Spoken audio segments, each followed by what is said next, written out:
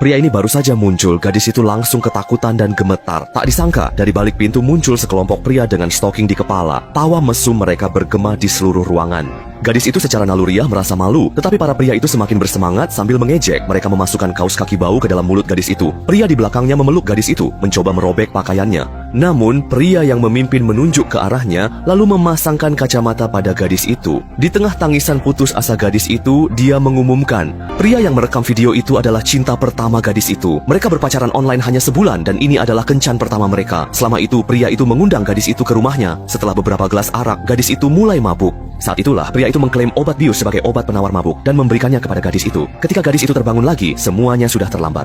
Yang menantinya adalah kekejaman yang tak terbayangkan. Dan yang lebih menakutkan masih menunggu. Setelah gadis itu pulang, dia menerima video dari cinta pertamanya. Tangannya gemetar, air mata tak henti-hentinya mengalir. Dia tidak berani menceritakan kejadian ini kepada siapapun. Menghadapi ibunya yang datang menjenguk, gadis itu hanya bisa menangis diam-diam di bawah selimut. Ketidakberanian gadis itu untuk melawan membuat para bajingan ini semakin berani. Dia tidak bisa lagi menahan penyiksaan ini, ingin melarikan diri selamanya dari sini. Jadi dia mengatakan kepada ibunya ingin pindah ke Seoul. Namun karena tidak bisa mengungkapkan alasan pindah, ibunya menganggapnya hanya sebagai anak kecil yang ngambek, tidak menghiraukannya, malah memarahi gadis itu yang sering tidak pulang malam belakangan ini. Gadis itu benar-benar hancur, dia hanya berlari keluar. Tapi siapa sangka, di tikungan dia bertemu lagi dengan bajingan itu. Pria itu dengan senyum palsu di wajahnya, memaksa gadis itu menjelaskan mengapa tidak menjawab telepon. Gadis itu tidak bisa bertahan lagi, dengan rendah hati berlutut di tanah, memohon, kenapa kamu seperti ini? Para bajingan malam itu muncul lagi. Gadis itu melihat mereka mendekat selangkah demi selangkah. Sebuah adegan yang terasa familiar membuatnya terjerumus dalam keputusasaan. Pria itu kembali mengeluarkan botol obat bius tersebut. Melihat barang yang sudah dikenalnya itu, gadis itu tahu akibatnya jika meminumnya. Dia terus memohon, tetapi pria itu berjongkok dan mengancam bahwa jika dia tidak patuh, videonya akan disebarkan ke seluruh sekolah besok.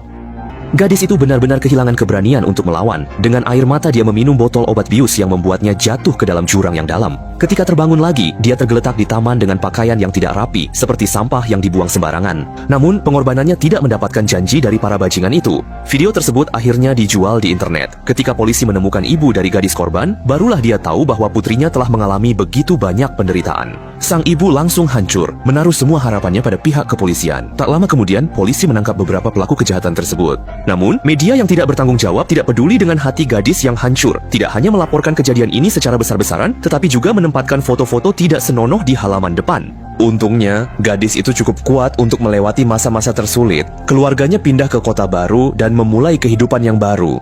Sekejap mata, 10 tahun berlalu, gadis itu berhasil keluar dari bayang-bayang masa lalu, menjadi seorang guru, dan menemukan cinta sejatinya.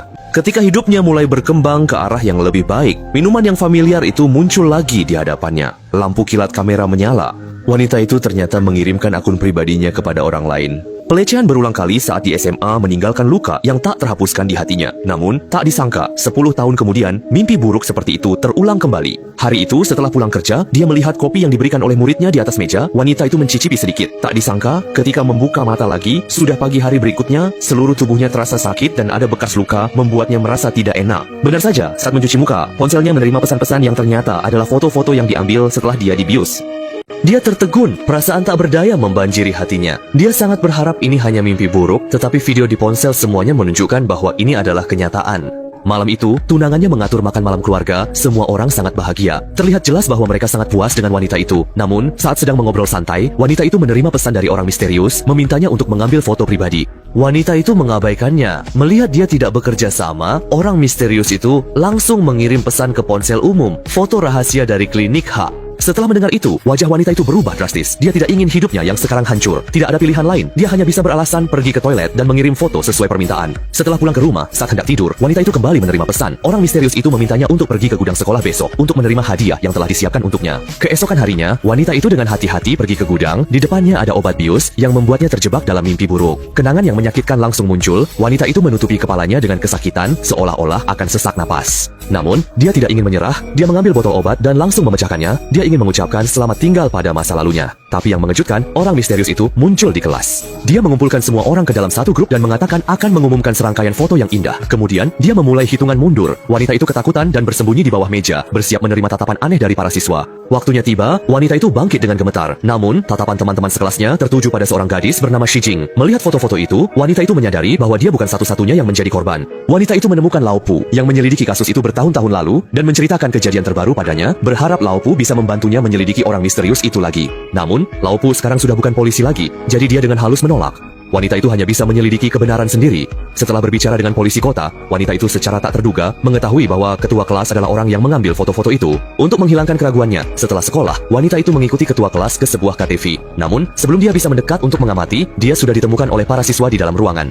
Wanita itu hanya bisa melarikan diri dengan panik. Pada saat kritis, seorang pria parubaya yang mengenakan topi baseball muncul tepat waktu dan membantu wanita itu lolos dari bahaya. Orang yang membantu itu tidak lain adalah Inspektur Park. Mungkin karena masih merasa bersalah atas kejadian di masa lalu, akhirnya dia memilih untuk membantu wanita itu. Wanita itu berbaring di bak mandi, ingin mengakhiri hidupnya yang tragis, tetapi tiba-tiba menerima video siswa yang diculik. Orang misterius itu mengirim pesan, jika wanita itu tidak pergi menyelamatkan, maka video itu akan disiarkan langsung di Jola, menjadi skandal viral berikutnya. Melihat suara permohonan yang menyedihkan dalam video itu, wanita itu seolah melihat dirinya sendiri di masa lalu. Wanita itu tahu menghindar bukanlah solusi. Dia melihat ke arah pisau di meja, memutuskan untuk pergi menyelamatkan. Ini juga untuk menyelesaikan masa lalunya. Wanita itu pertama-tama mengirim pesan kepada Inspektur Park, kemudian segera pergi ke pabrik. Di pabrik, ada botol obat bius yang mencolok. Dia tahu apa yang akan terjadi jika meminumnya, tetapi tetap meminumnya karena itu adalah satu-satunya tiket untuk menyelamatkan audisi. Benar saja, setelah pingsan sebentar, pria-pria bertopeng itu muncul lagi. Mereka tertawa sambil memegang ponsel bersiap untuk menyiarkan adegan yang memalukan itu.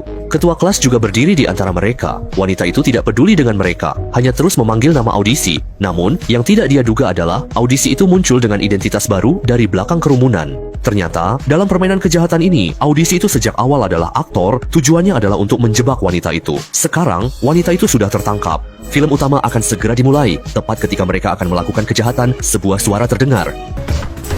Pertarungan sengit terjadi, tidak mengherankan Inspektur Park dengan mudah ditangkap, mulutnya juga disumpal dengan kaos kaki bau.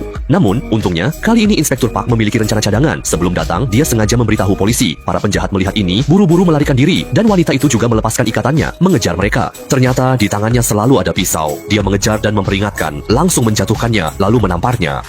Dengan cepat, polisi menangkap semua orang, tetapi orang misterius itu tidak ada di antara mereka. Untungnya, melalui ponsel audisi, mereka mendapatkan nomor orang misterius itu dan berhasil melacak lokasinya. Awalnya, mereka mengira orang misterius di balik semua ini adalah bajingan yang menyerang wanita 10 tahun lalu. Namun, setelah penyelidikan, ditemukan bahwa bajingan itu sudah meninggal tak lama setelah keluar dari penjara.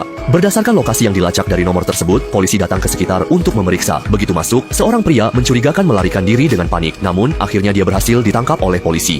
Pria itu mengakui bahwa dia memang meniru kasus pemerkosaan 10 tahun lalu. Namun, dia hanya berani di dunia maya dan tidak melakukan tindakan nyata apapun. Apakah mereka menangkap orang yang salah? Di sisi lain, wanita dan Pak Park juga datang ke sekitar untuk memeriksa. Mereka melihat sebuah rumah dengan pintu terbuka lebar, tetapi lampu tidak menyala. Keduanya masuk ke dalam rumah, tetapi hanya melihat bayangan seorang anak. Anak laki-laki itu gemetar mundur, meneteskan air mata kesedihan. Pak Park melihat penghargaan di dinding, dan kemudian melihat halaman dewasa di komputer. Dia sepertinya menyadari sesuatu, lalu segera menelepon orang misterius itu. Di tengah tatapan tak percaya orang-orang, ponsel di tangan anak itu berdering. Orang misterius yang ditakuti semua orang ternyata adalah anak kecil di depan mereka. Ternyata anak itu dibesarkan oleh ayahnya. Ketidakberdayaan dan ketidakpedulian ayahnya sangat mempengaruhi masa kecilnya. Dia meniru perilaku ayahnya, menganggap kejahatan sebagai lelucon. Para siswa SMA ini bekerja untuknya. Sulit dipercaya, seorang anak kecil bisa melakukan kejahatan sebesar itu.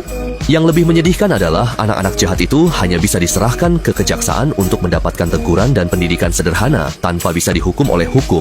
Bahkan Inspektur Park pun tidak bisa menahan diri untuk mengeluh. Hukum di Korea Selatan dalam situasi seperti ini benar-benar membuat orang merasa sangat frustrasi.